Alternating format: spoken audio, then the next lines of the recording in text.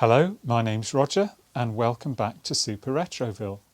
In this video I'm going to show you how to remove the dynamo from a 1931 standard Big 9 engine. This is basically the same arrangement that they used on the 29 Teignmouth right through to the 1933 Big 9, and it's slightly unusual because the dynamo is chain driven using the same chain that drives the camshaft at the front of the engine, so there's a few sort of extra complications associated with that. Then in a later video I'm going to show you how I assessed the dynamo to see whether it was worth rebuilding it, and then finally fitting it to a reconditioned engine that I'm building up and showing you how to set the valve timing and all the other stuff that goes along with that chain drive on the front of the engine. So let's dive in and we'll start pulling the dynamo off the old engine that I've got here. Removing the dynamo on the Big 9 engine is a bit of a faddle, because it's actually driven by the timing chain on the front of the engine, and then the distributor is driven from the back of the dynamo, so hence everything is locked together and the ignition timing is kept correct. But what that means is you just can't take the dynamo off very easily. So first thing I've done is I've removed the distributor from the housing on the back of the dynamo.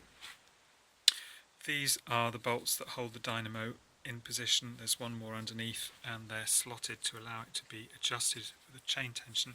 So first thing you need to do, turning to the front of the engine, is remove the cover which goes over the access point for the dynamo drive sprocket. Ignore these for the minute, these are things I've just put in there. I'll tell you about that later. You then need to remove the nut and the split pin and the washer from the drive, and then using this mirror here we might be able to see what the drive is like in there. So there is the drive gear, and the two bolts sticking out are threaded into tapped holes that Standard had provided in order to pull the drive sprocket off the end of the dynamo, so that then the dynamo can be moved back away from the engine. So the idea is that you screw these in gradually,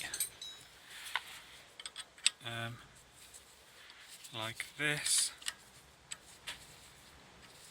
and this will gradually pull that sprocket away from the shaft and allow the dynamo to be removed. Having removed these retaining bolts here, this one is just on to stop everything falling apart. You can see now how the tensioning is supposed to work for the drive chain. And you can see how that is fixed. So now what we need to do is keep screwing these puller screws in, bolts in, and then the whole thing should remove. So you want to keep doing this a bit at a time, this one and then this one.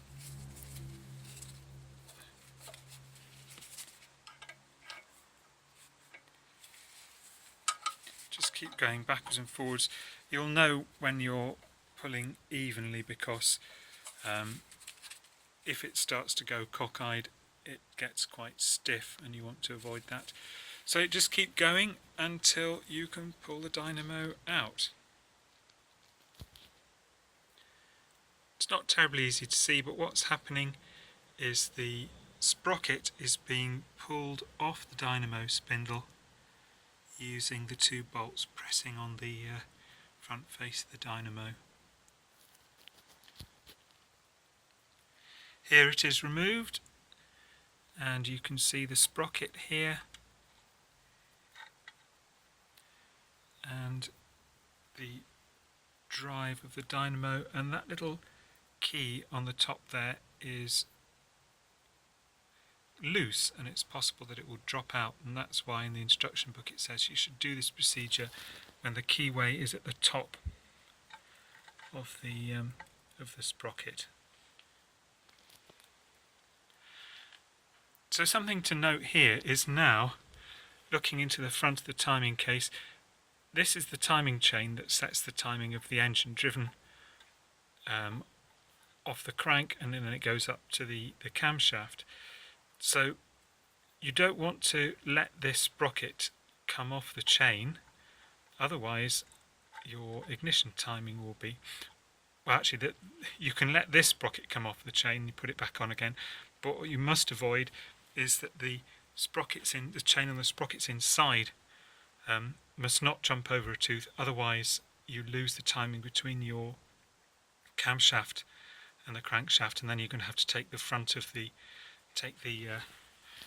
timing chain cover plate off the front of the engine and retime it all. So if you're just doing a dynamo job, just make sure that this chain is kept in tension once you've removed the dynamo, and all should be well. If you leave the puller bolts in situ, what you'll find is, in fact, it will stop the gear falling into the timing case, and you can just leave it sitting there whilst you work on the dynamo. Now obviously if you take your engine apart and it looks like this inside, it's time to think seriously about giving it a good overhaul. This is just absolutely horrendous. This whole engine, in fact, is one which I've been saving out of a scrap car, and it's free, but it's filthy, and it needs a lot of reconditioning work. So here you are. This is an interesting thing about standard. Don't know if you can see, but everything has a part number stamped on it. So it's that 36806, not very well stamped on. And on the left there's probably maker's mark of the person that actually, or the company that actually made the sprocket. But anyway, so there you are. That is the sprocket I'm going to use with this dynamo. I'm going to clean it up, service it, overhaul it, make sure everything's fine, and I'm going to use this on the engine that we've been rebuilding. So yes, here's a sprocket that looks pretty good. This is what can happen. So compare the teeth on this one to the teeth on the other one. I mean, look here, there's practically nothing left. This is actually the sprocket of a 1936 engine. This is the main crank sprocket. But you can see just how worn away the teeth are. So if your sprocket looks like this, you're going to have to find another one. I mean, expect somewhere, because these things are really getting quite old. I mean, this is perfectly serviceable. You can see the teeth are not perfectly symmetrical, but they're okay. But this, yeah, this has had it. This is just scrap. Evidently you can buy sprockets with different numbers of teeth on, and they don't have the hole machined in the middle. So what you can do is you can buy the sprocket, you can machine it to your own requirements, and then broach or mill the keyway through, however that's done. So all is not lost if you can't come across an original one, but obviously all of these things add up in expense. So what I've done here is I've made a little wooden blanking plate to go in place of the dynamo, and there's a bolt that's going through here, and that's supporting the chain on the inside where the original gear would have been. And what that will allow me to do is still turn the engine over and drive the camshaft so that I can have a good investigation of this engine and work out what's needed to rebuild it in the future. It's worth remembering that these old engines, I mean, this is getting on for 92 years old, and they're not easy to come by, so don't throw anything away. Keep hold of it. One man's junk is another man's gold, or woman's gold, depending on who is doing the work. So yes, that's what I've done, just put that on there, and obviously I'll put that end plate back on to keep the muck out as well.